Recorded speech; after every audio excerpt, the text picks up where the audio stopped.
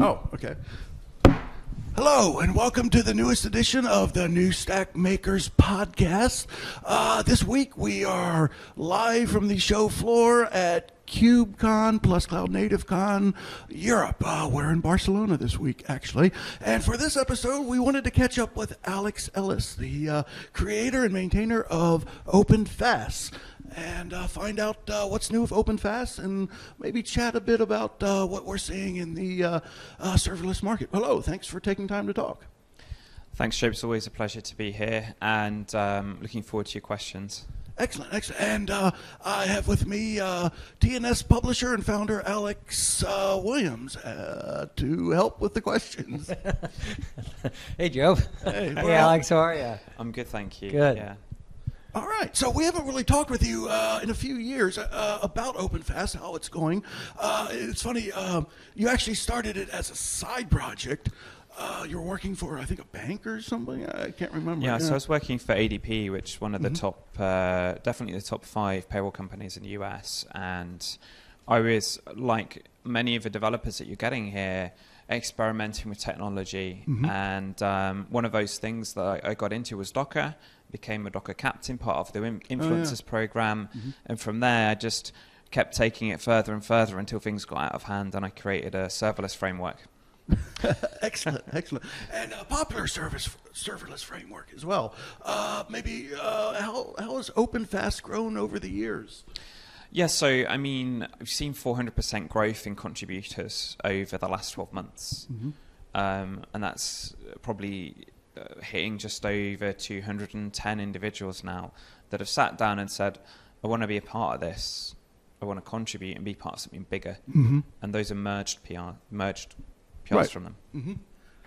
Now, for us and for my community, it is built around volunteers that want to be part of something bigger. So rather than rolling out a mosaic for a keynote to get some extra kudos, right, we actually have this right on the homepage, front and center, and a random selection of avatars shows up. And my friend said, "Oh, thanks for that tweet the other day. There was 4 people out of my company. It's a great promotion for us." Nice, nice.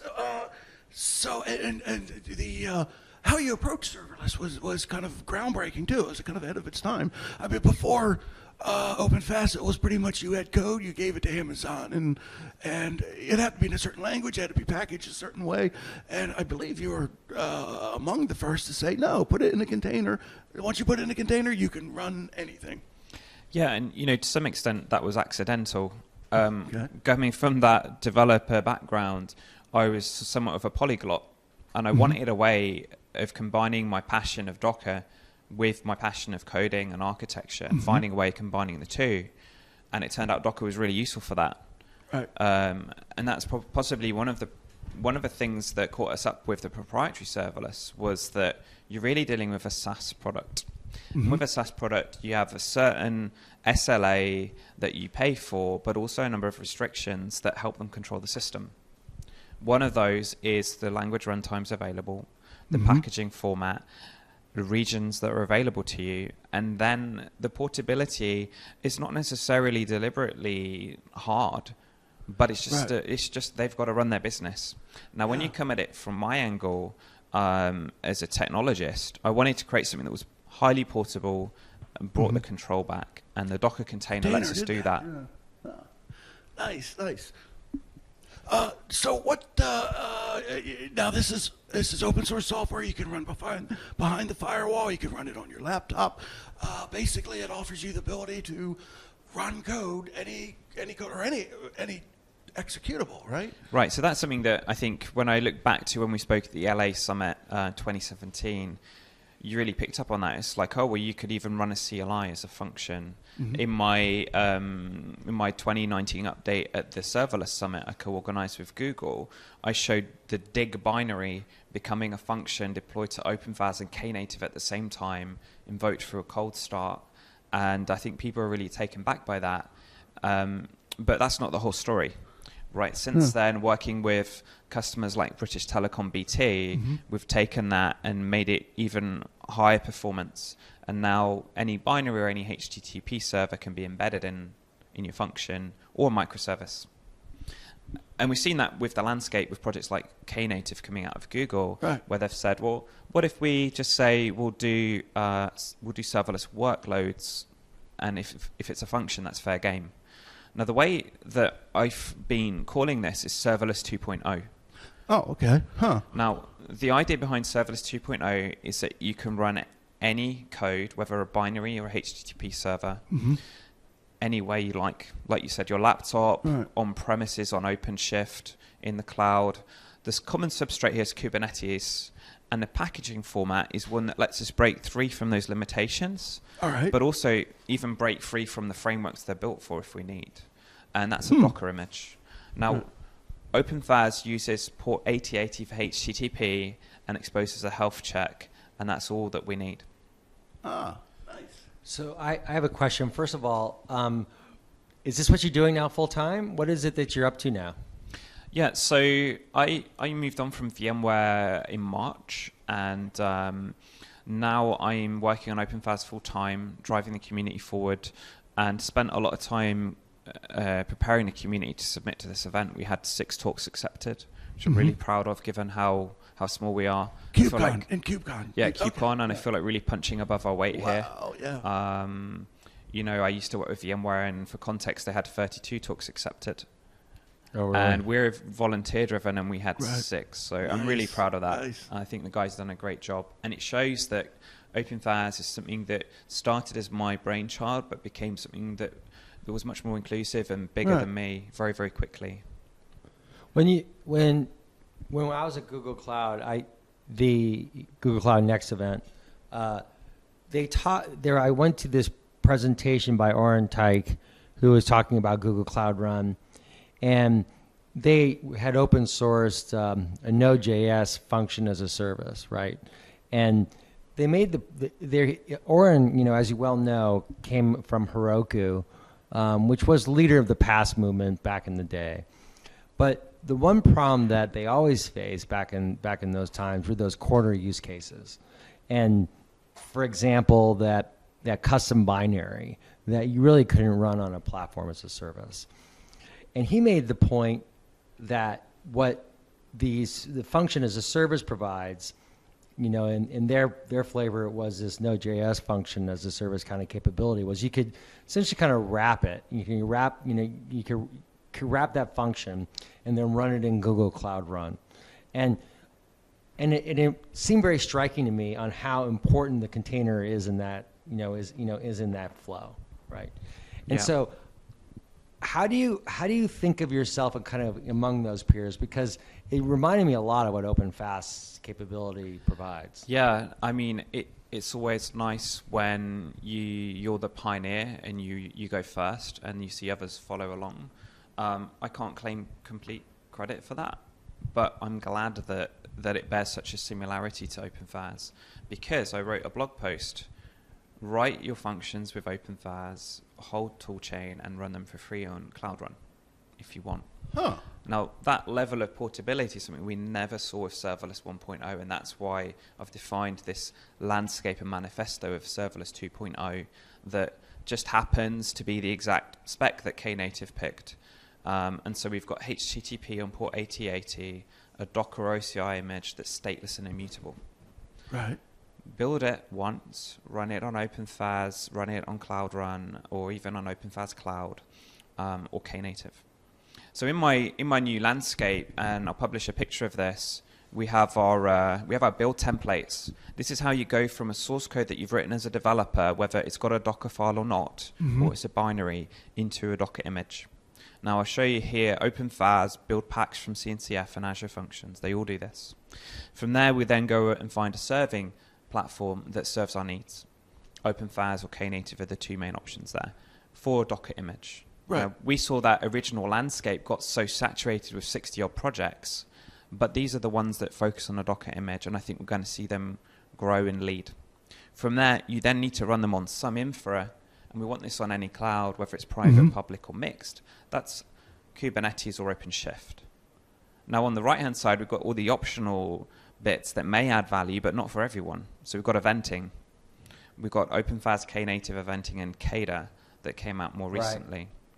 We can talk about that in a little while if you like. And then scale from 0. Now, scale from 0 is or something... scale to 0. Or to 0, but both are needed, right? Because it's no good if it goes down and your customers are stuck. Now, Azure launched a project called Osiris back in December. We haven't seen a lot of commits on that over the last 6 months. But Knative is still playing around there, and OpenFaaS. Right now, I showed in my demo this dig function. It came up in about 2 seconds in OpenFaaS from 0. In Knative, it was about 7 to 9. Now, there's good reasons for that, and I know their teams are working really hard on getting it down, but we're at a point now where the way Kubernetes is structured is we're not going to get much past 2 seconds because the minimum health check is 1 second. If it emits the first beat, it's going to be 2. Oh, yeah. So then question, Knative is, the steering committee is run by Google. The technical oversight committee is made up of Google and Red Hat and IBM. Right, partner companies. Right. That are, yeah. And tell me about your governance. Yeah, so OpenFaaS is pretty much a grounds root project. One of the things I'm particularly excited about is our meetup group in Bangalore is the first one ever. And who would have thought it would have started there? Yeah. Vivek Sridhar, that was with DO, has now moved to Azure, and he's leading that. They've got 500 members, and we call our group Team Serverless.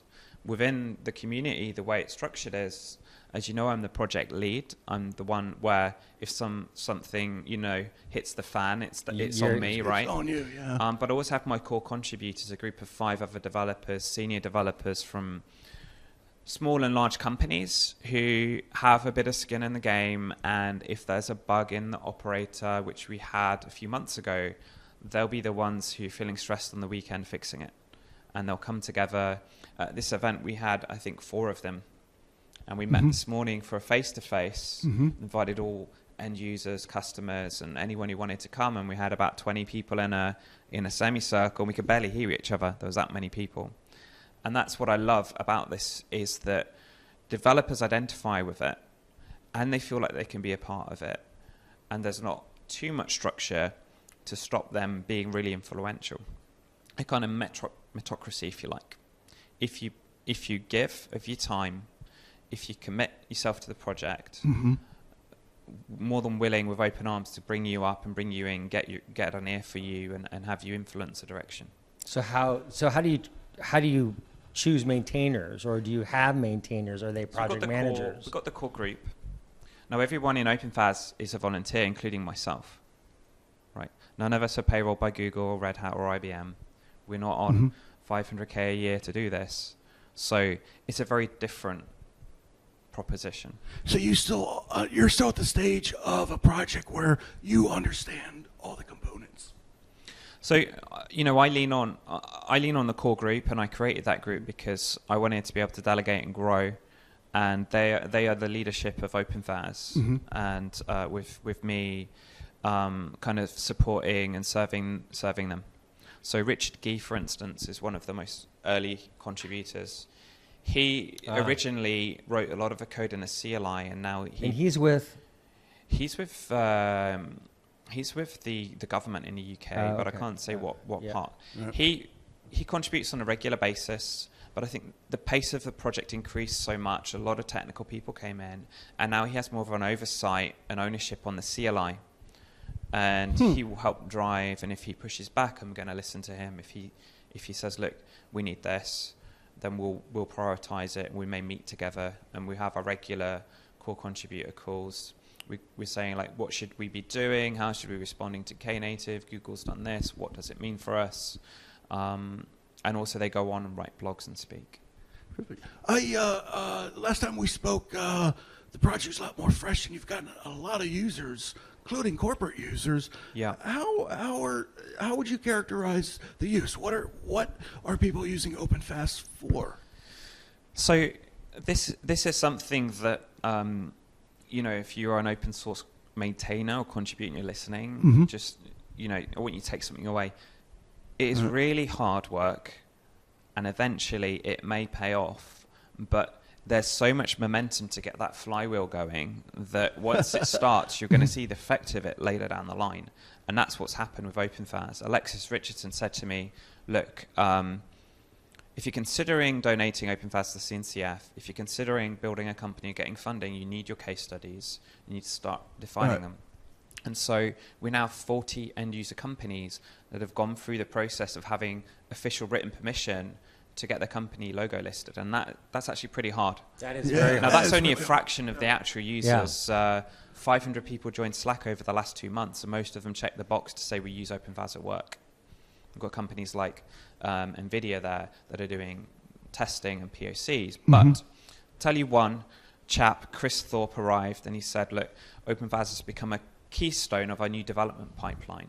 So how this gets to a kind of topic that is interesting now. I was actually looking just at today at Hacker News, and the number one item is this new program called GitHub Sponsors. Right. And it's really to support maintainers, support technical writers, to support the people who are building those communities. How are you making a living? How are you doing that? And are you consulting? I mean, are you? Yeah, so this is a great question, and it's one that that I've personally had a bit of a struggle with. This question of should maintainers be paid for their work, and it's kind of presumptuous and preloaded because it assumes that the reason that you do this is because you're trying to create value, commercial value. But I think when we look back to the roots of open source, why did Stallman do it? Was it because he wanted to get paid? No. He wanted to create freedom and liberty. We hear this word free software, and we have to go around saying it's not free as in beer, it's free as in liberty. Because in English, we just don't have the way of expressing that. The reason why open source projects are started like mine are because we want to create something that's libre, that's got a sense of freedom with it, not because we're looking for a huge paycheck. Yeah. Now, it would be great if we could get both, but I think we're deluding ourselves if we believe that we're owed that or that an end-user company has an obligation to pay that. But on the other hand, because like Linus started Linux literally because he wanted Unix on the desktop. Right. But at the same time, if there are companies making money off the hard work you did, it would be difficult. It'd be difficult for me not to feel like my work is being used. Yeah, as I say, you can go through my Twitter feed and you can see some of the experiences that I've had of requesting sponsorship from companies that are heavily reliant in production on OpenFaaS, and I'm not the only one here. I've given up. I don't think it works, and I don't think we should put any more time or effort down that line. We need to find what doesn't work specifically.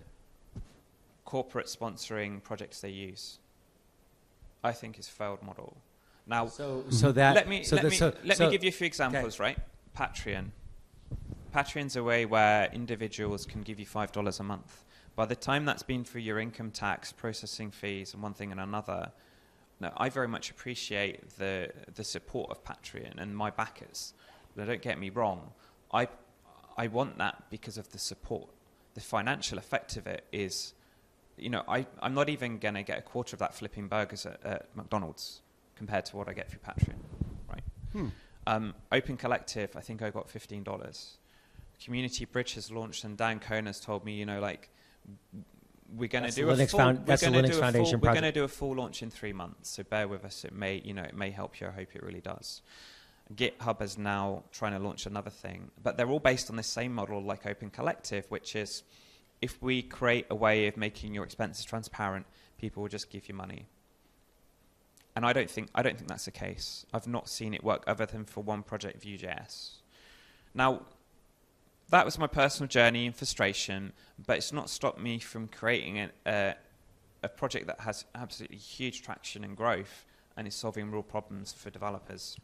So the corporate model that you speak of. So, for example, the Cloud Native Computing Foundation has projects. Google has its own projects. Google donated the Kubernetes to the CNCF. They have not donated Knative. They have not donated Istio. They have not donated Kubeflow, for example. But those projects that they do run, as again, are those the examples that you speak of as the failed model then? Or what are you speaking of as the failed model? So I think the failed model is open collective style. Any maintainer can set up an account on this site and they will get funded. They will get enough money to hit minimum wage. Right. When we all know that many of these founders, I could mention a number of them, we talk to each other, like Matt Colt from the Caddy project, have experimented and tried this, pushed it really hard, and it doesn't pay. And I think there's a reason for it, is in our culture, we believe that giving money to support something is charity, and charity is begging, and that donations aren't appropriate for corporations. And so I would like to see us come up with something different. And I feel like GitHub deserves a chance to prove us wrong, but they're just following the exact same model from what I've read of the press release of, if we set up some page, then everyone will just pay and the world will become buyer. So let's think what else we can do. I've set up a consulting business 18 months ago before I had my time at VMware, and I still have it now. And I think there's a lot of companies that need help moving on to Kubernetes, can use the kind of experience that I've built up in my community. And so if there's anybody that wants to navigate, whether it's cloud native, Kubernetes, serverless, needs some content writing, or just kind of get a grasp, I think there's people like myself and my community that can provide a great service for them. And it may not be that they move on to OpenFaaS. Many of our OpenFaaS users are not from direct marketing. It's they've decided they have a need and they've found it themselves. We find it afterwards. The guy from Press Association in the UK, we've adopted it, we've moved everything over to it, we've got these great savings, by the way. And that was the same with a company called Whitel out of Orange County. All right. They're pretty similar to Twilio in their line of business. So they're sending SMS messages for you. Now, they had this use case where they were using Google Cloud Functions, but they couldn't get them behind a VPC at the time, a private network. They also had other problems with scaling and the ability to not use a Docker file. You mentioned that earlier. And those were two reasons why they picked OpenFaaS. And then they were able to deliver direct value through the customer acquisition. There was a process that took about 15 seconds. They took the chunk of that out and ran it asynchronously through OpenFaaS, provide the metrics for that. Right. The ability for that. And now that customer experience is way better. Nice. Same effect.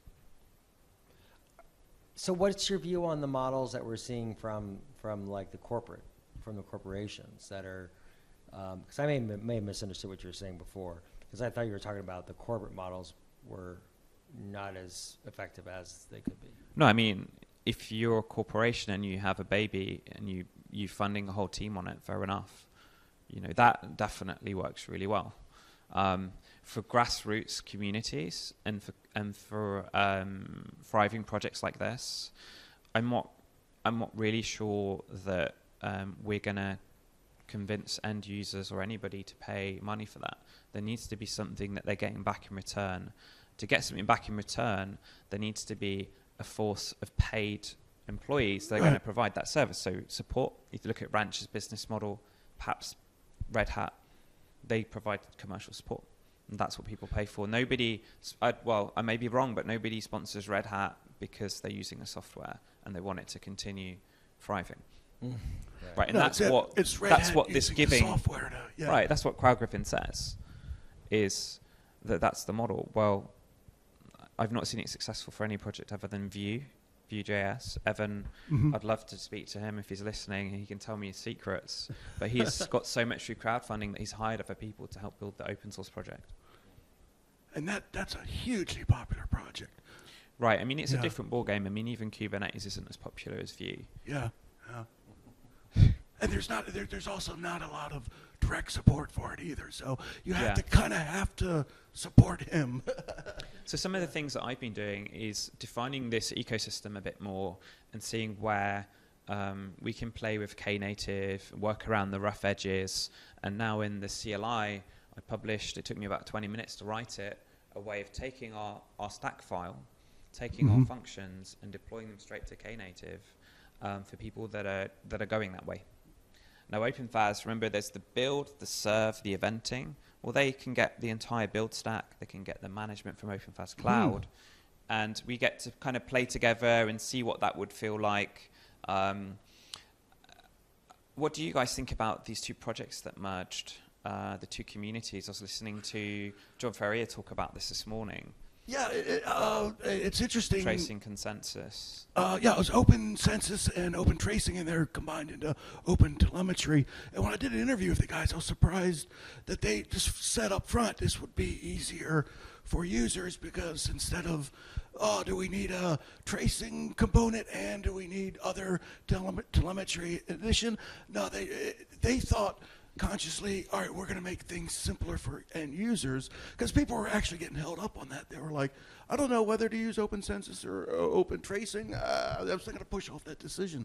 So, and that's a wise choice, given that the CNCF roadmap now has 700.